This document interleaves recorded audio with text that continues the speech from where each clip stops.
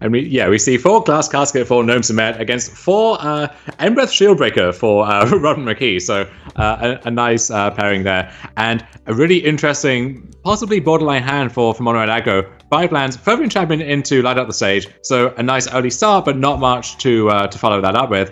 Look at this 6-card hand though, Emma. There's a lot going on here, and we have to put 1 card back, but we still get to curve 1 drop into Rob of the Rich into who knows what from there. Smooth as butter. And that mulligan means that even on the draw, this Robber of the Rich is still going to get to trigger on turn 2. Hello, says Robert McKee, as Tin Street Dodger rumbles into the red zone. Soon to be joined by Rob of the Rich, which, safe to say, Gnome Zimet does have more cards in hand than McKee at this stage.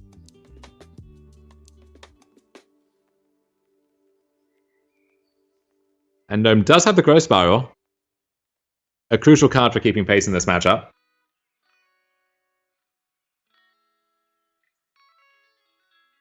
And worth noting too, only 1 copy of Shadow of the Sky in the main deck for Gnome Zimet.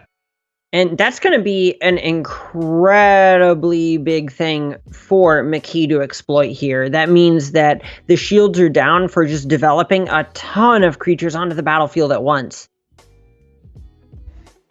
And McKee has the creatures to do that with. We have Annex in the chamber for next turn, with the follow-up Embercleave for the perfect curve out.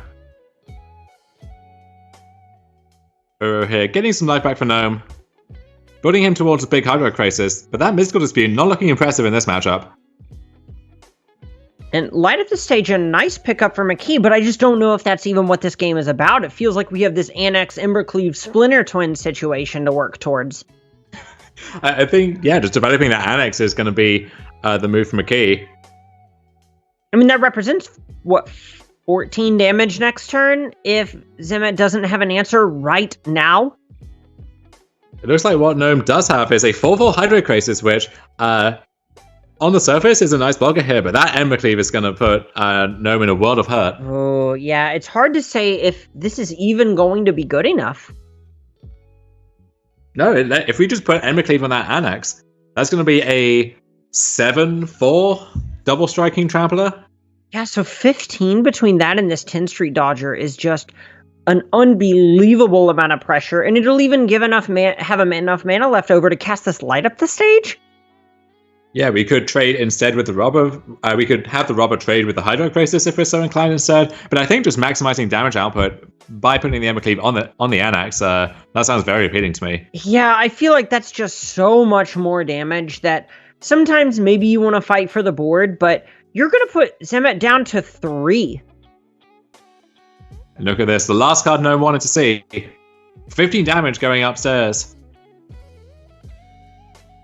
And Zimet down to 3. A follow-up light up the stage. McKee believing in the cleave, getting paid with a Torbran off of this light up the stage. Even gets a Satyr token back from Rover of the Rich, dying to Hydro Crisis. What have you got, Gnome? This has to be impressive. And even if it's Dodger with Torbran is just going to come through for the win. And even if it's Shadow the Sky, there are some tokens left behind. One of those can suit up with the Embercleave and get to work. Okay, so how about this? Teferi can bounce the Annex. Then, if we see McKee go for that Torbran, Mystical Dispute tags it. Okay.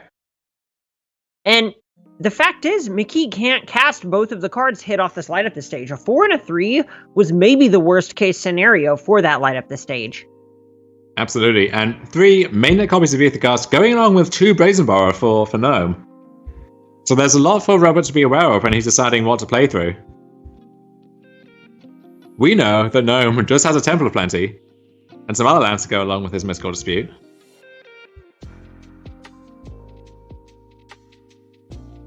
But we'll see if Teferi delivers the goods.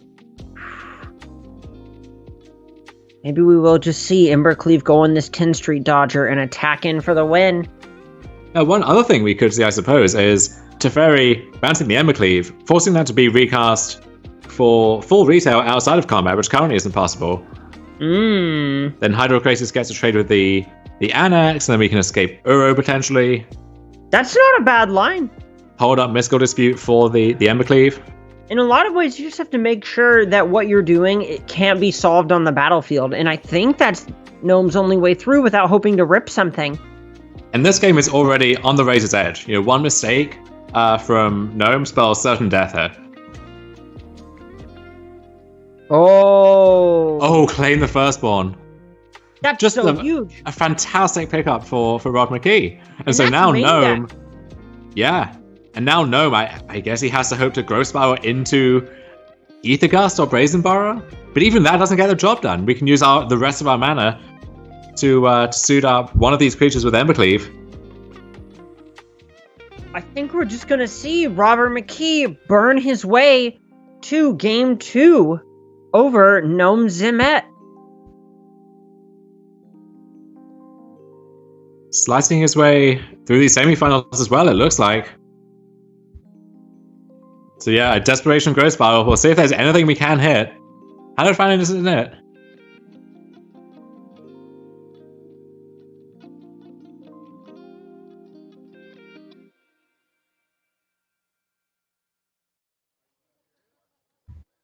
Robert McKee's 2 main deck copies have claimed the firstborn, really coming in clutch here. Not the card you want against Team of Reclamation most of the time, and also against other aggressive decks as well, sometimes as Bant Ramp, and we're seeing that latter case here. And it feels like McKee is just saying, okay, I don't really understand. I'll make you go through the motions. But there it is. And we are also hearing that Yuki Ishikawa upper game over Namtang, so Team of Reclamation upper game over its 4-color counterpart. And looking at the sideboard options here for both players, we see 4 Glass Casket for Zimet and 4 Embereth Shieldbreaker for Rob McKee. Up to McKee if he wants to hedge against those Glass Caskets in that way. And I imagine at this point we're just going to see anything that's going to lead to a favorable mana exchange. I feel like if you're in the position that McKee is, you might just be okay with Glass Casket trading for your 1-drops a good chunk of the time. As long as you keep your creatures lean and make sure you're going to be getting value as soon as they come into the battlefield, like, let's say, Robber of the Rich having haste, for example, you're going to come out ahead on these mana exchanges, which is sort of the name of the game. You're not actually going to be out-carding this Bant control deck most of the time. No, drawing attention to the Valorous Seed that has somehow made its way into his sideboard. Not sure that's really the card for the job right here, but we do see a second copy of Shadow of the Sky, Dreamtrawler, which is an expensive card in the matchup, but one that can go a long way towards stabilizing if you can land it here. And then the 4th copy of Ether Gust, as well as potentially a Brazen Borrower, although I think that one is a little too slow and inefficient. Yeah, that's one that we see that the Team of Reclamation decks get a lot of use out of, just trying to buy time, but without a card like Expansion Explosion to really just gas you back up regardless of how many resources you spew in the early phases of the game. I think we're going to see that one stay on the bench for Zimet here. So mostly the expected changes for both players. Not too many other options for Zimet. I guess Shark Typhoon versus the other Brazen Borrower in the deck is a consideration. And just mousing over that Valorous Steed. And really, the main flex here, I think, is just having it in the deck at all. You know, after all, a unicorn chooses only the most virtuous and noble of knights to be its companion, so I feel like that's a bit of a flex for Gnome. Again, I'm just going to assume that's one of the things you just say on the regular and not anything that's contained within the flavor text by any means. But you get to see how many people just copy and paste your exact 75, import that into Arena without checking to see exactly what's in the sideboard. Maybe you forget Hallowed Fountain, who knows? So a nice start here for Robert McKee on the draw, but 1-drop into double 1-drop into an Embercleave on turn 3, potentially. Gnome with classic Tri-Lands into Growth Spiral's Wrath, hoping that this is going to actually clean up the battlefield enough after taking some damage to the chin here. But that Shadow of the Sky is some distance away. Currently, no white source in the hand or in the battlefield for Nozame. Ooh. Really relying on the top of the library in this deck that has 27 more lands in it, while Robert McKee has the triple 1-drop draw just going upstairs. This is the actual nuts here for Robert McKee. And no third land drop from Gnome, and I think maybe we just had to fire off a Growth Spiral there, I don't know.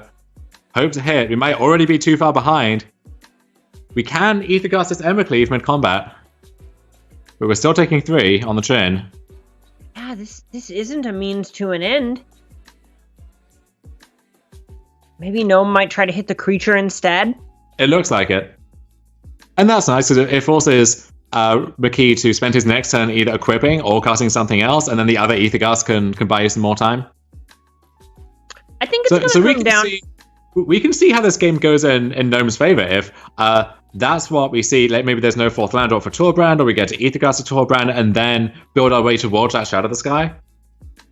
Yeah, it's hard to say if you want to be taking material out of the creatures portion of the battlefield whenever you're planning to build towards the Shadow of the Sky in the first place, where, say, either gusting this Ember Cleave into drawing a couple of lands, you might get to gust the Cleave again, and then have a situation where Shadow of the Sky just slams the door shut. I think it's going to be defined by the margins that Gnome wants to operate within.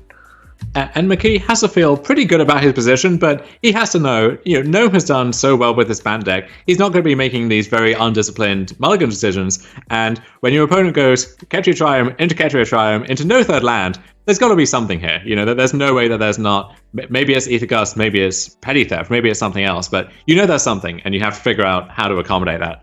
Wow, how's this for some discipline from Gnome? Not even casting a Gust, growth spiraling, and bricking. But he misses again. And Robin McKee mousing over the emotes. But picks up a Fabled Passage on the draw step, so maybe this was actually just justice where McKee's getting paid for maybe taking a slightly riskier line to be positive he hits those land drops and gets closer to Shadow the Sky. Alright, here's Robber of the Rich. And again, no mathematician here. I would say Gnome has more cards in hand than Robert at this stage. So we'll see what the Robber can pilfer from Gnome's library. Ooh, and the exile of a card cannot feel good because that represents a land that Gnome so desperately needs to find. And I don't think we can afford to take a turn off with that Growth Spiral again unless we're looking to get very fortunate and spike it off the top. What does this say? They're just going to go after the Dodger or the Cleave? It looks like the Dodger. So now, even if Shadow of the Sky does come into effect in the next turn or two, if we have a haste creature that we can see that with the Cleave, then that's still terrifying. All right, Dodger goes to the bottom, so this is only 4 coming across now. Gnome to 6. Here it is. He wants a Hallowed Fountain. We'll take a Temple Garden. Basic Plains, Fabled Passage, the Dreams here. No making us wait for it, giving us a nice little sweat. And himself as well, of course. Oh, sometimes there are hundreds of dollars on the line on it, riding on a single draw step. You just have to take that moment where it's Schrodinger's draw step. It's both. Oof. It isn't, and it is not. It is a Hydroid Crisis off the top. So does that Ether Gust allow us to buy one more turn, maybe? Well, let's say technically. Here, we're really hoping for a Summoning Sick threat. Oh, look at that Annex. If Robert just attacks here, I think that forces Gnome's hand on the Cleave, or on the Ether Gust, excuse me. And then Annex ensures that even that Shadow Sky is not going to get the job done. Oh my god, this is so huge. Hitting exactly an Annex there is a situation where, even though that was the out for McKee to not die this turn, or excuse me, Zimet to not die this turn, I think that just put his odds from, let's say, 20% to 0. Possibly negative. I might go that far. Honestly, I actually think it's closer to about a 50% chance. It works or it doesn't, And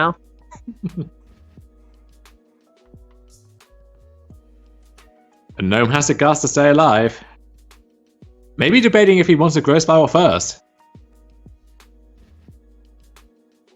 But either way, that Gust is a forced line. Question is, what do we Gust? Is it the Cleave or the Champ? If you Gust the Champion, then you know that that's still coming in for damage next turn. And picks up the Ember Cleave for free, so you have to Gust the Cleave. There's also, in theory, opens you up for Shadow of the Sky, but we know, and now Gnome knows, Annex is going to close the door on that one. And is this going to lock up our first finalist in Robert McKee? Indeed, but perhaps before game 1 in the other match is even concluded. Oh no, we see Dang forcing a game 3 against Ichikawa. So here's Uro. But Gnome sees the writing on the wall, he's just going through the motions. Do we shock in the breeding pool?